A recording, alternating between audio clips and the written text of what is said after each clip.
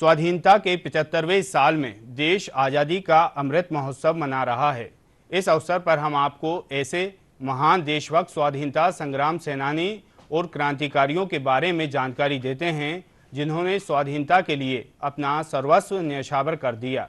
इसी कड़ी में आज देखिए महान स्वतंत्रता सेनानी मथाई मंजूरन और महाश्वेता देवी की भूमिका पर हमारी यह खास रिपोर्ट।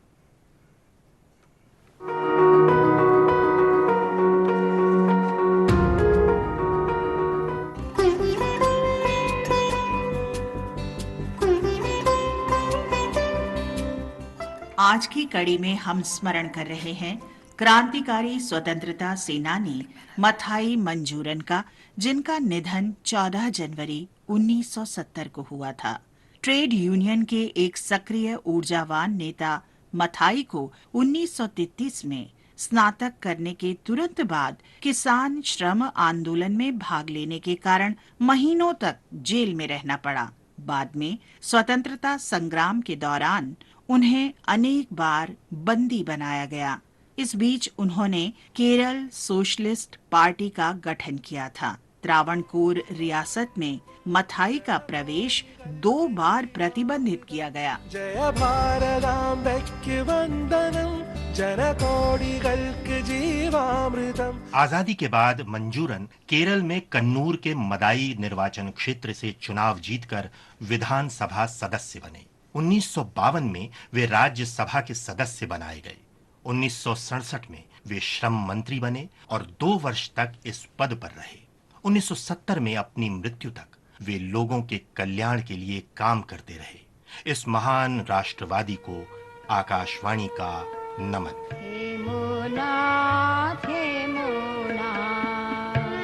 आज हम विख्यात लेखिका महाश्वेता देवी को भी याद कर रहे हैं, जिनका जन्म 14 जनवरी 1926 को हुआ था।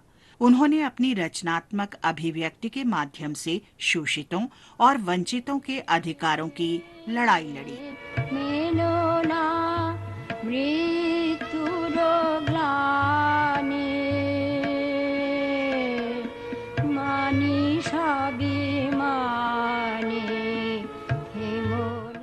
महाश्वेता देवी का जन्म जाने माने कवि और उपन्यासकार मनीष घटक के परिवार में हुआ था।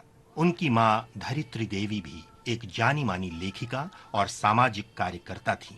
महाश्वेता देवी पर गणनाट्य के साथ बचपन के जुड़ाव का गहरा असर था। गणनाट्य समूह ने 1930 और 1940 के दशक में बंगाल के गांवों में थिएटर के माध्यम से सामाजिक और राजनीतिक चेतना लाने का प्रयास किया था। कलकत्ता विश्वविद्यालय से अंग्रेजी भाषा में मास्टर डिग्री लेने के बाद महाश्वेता देवी ने एक शिक्षक और पत्रकार के रूप में काम शुरू किया। আমার প্রতিবাদের ভাষা, আমার প্রতিরোধের আগুন, দ্বিগুণ জ্বলে যেন দ্বিগুণ দারুণ প্রতিশোধে করে চূর্ণ ছিন্ন ভিন্ন শত ষড়যন্ত্রের জাল যেন আনে মুক্তির আলো, আনে আনে লক্ষ্য শত প্রাণে শত লক্ষ্য কোটি প্রাণে আমার প্রতিবাদের। उनकी पहली पुस्तक झांसी की रानी 1956 में प्रकाशित हुई थी, जिसमें ब्रिटिश सरकार के खिलाफ बढ़ते प्रतिरोध के इतिहास को उकेरा गया था।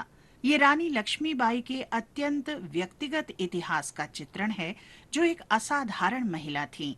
बहुत ही छोटी उम्र में विधवा हो गई लक्ष्मीबाई एक स्वतंत्र सोच की बालिका से एक स्वतंत्र युवा नेता के रूप में विकसित हुई थीं। उन्हें एक दूरदर्शी सेनापति के रूप में दिखाया गया है, जो अपने सिपाहियों का पूरा ध्यान रखती हैं और एक मां के रूप में अपने अबोध शिशु के लिए भी चिंतित होती हैं।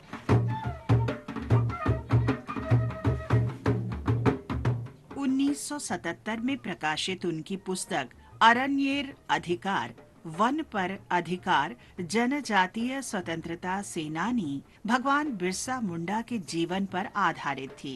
इसका कथानक 19वीं शताब्दी की अंतिम उथल पुथल भरी अवधि के इर्द गिर्द घूमता है। महाश्वेता देवी की लघु कथाओं के 20 संग्रह और लगभग 100 उपन्यास प्रकाशित हैं। ये मूलतः बंगला भाषा में ही है। उनकी प्रमुख कृतियों में 1084 माँ, रोदाली, मूर्ति और अरण्येर अधिकार शामिल है।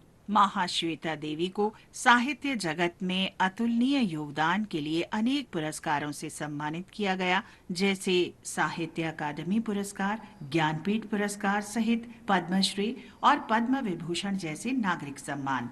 आम लोगों के हित के लिए जीवन पर्यंत संघर्षरत रही महान हस्ती को भावभीना नमन।